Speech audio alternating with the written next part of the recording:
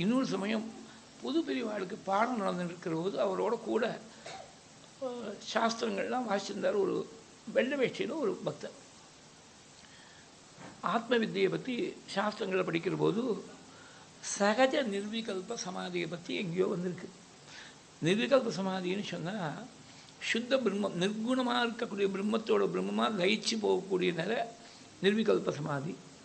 அது சகஜமாக, அது ஒன்றும் தனியாக சமாதின்னு உட்கார்ந்துக்கிறதுன்னு இல்லை. 24 மணி நேரம் அந்த நிலையில் இருக்கிறது சகஜ நிர்விகல்ப சமாதி. வெளியில் பார்த்தா உலகத்தில் விவகாரங்கள்லாம் பண்ணிட்டு இருப்பா, ஆனால் உள்ளூர் சமாதியில் இருப்பா அப்படின்னு சாஸ்திரங்களில் இருக்குது. இது இவரால் புரிஞ்சிக்க முடியல. ஒரு நாளைக்கு பெரியவாழ்கிட்ட வந்து இந்த மாதிரி சாஸ்திரங்களில் இருக்குது, எப்படி உள்ளூர பிரம்மத்திலேயே லயிச்சிருந்தால் வெளியில் என்னமா பழகின்னு இருக்க முடியும், சாதாரணமாக என்னமா பேசிட்டு விவகாரங்கள்லாம் பண்ண முடியும், வெளியில் விவகாரம் பண்ணால் உள்ளூரை எப்படி பிரம்மத்தில் போய் லயிக்க முடியும், புரியலையே அப்படின்னு பெரியவாழ்கிட்ட வந்து சந்தேகம் கேட்டிருக்கா.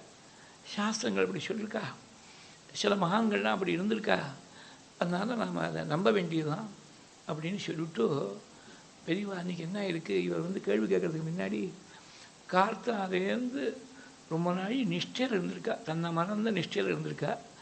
கண்ணை திறந்த அப்புறம் ஏராளமான பக்தர்கள் கூடியிருக்கா. அவள்கிட்ட தான் பேசி ஒவ்வொருத்தரையாக குசலம் விசாரித்து அனுகிரகம் பண்ணி ஆசீர்வாதம் பண்ணி அனுப்பிச்சிருக்கா. அந்த எண்ட் ஆஃப் த டே தான் இவர் வந்திருக்கார். கார்த்தாலேருந்து இவரும் கூட இருந்து பார்த்துருந்துருக்கார். பெரியவாழ்கிட்ட சந்தேகத்தை கேட்கணும், ஒரு சான்ஸ் கிடைக்குமான்னு பார்த்தா கார்த்தாலேருந்து வெயிட் பண்ணி ராத்திரி தான் அவருக்கு சான்ஸ் கிடச்சிருக்கு. அதனால் கார்த்தாலேருந்து பெரியவா நிஷ்டையில் இருந்தது.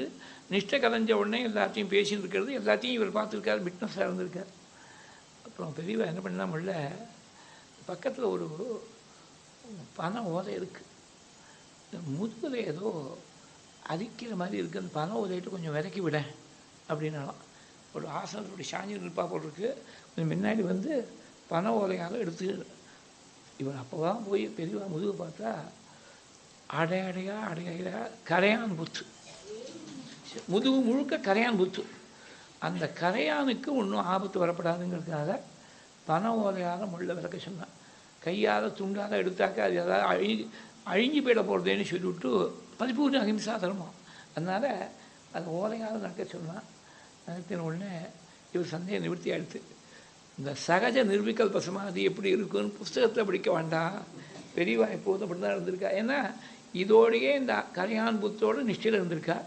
கரையான் புத்தோடு எல்லாத்தையும் பேசின்னு இருக்கா. நிஷ்டை கலைஞ்ச உடனே வெளியில் பேச்செல்லாம் நடந்துருக்கு, உள்ள சரீரத்துடைய ஸ்மரணம் இல்லை.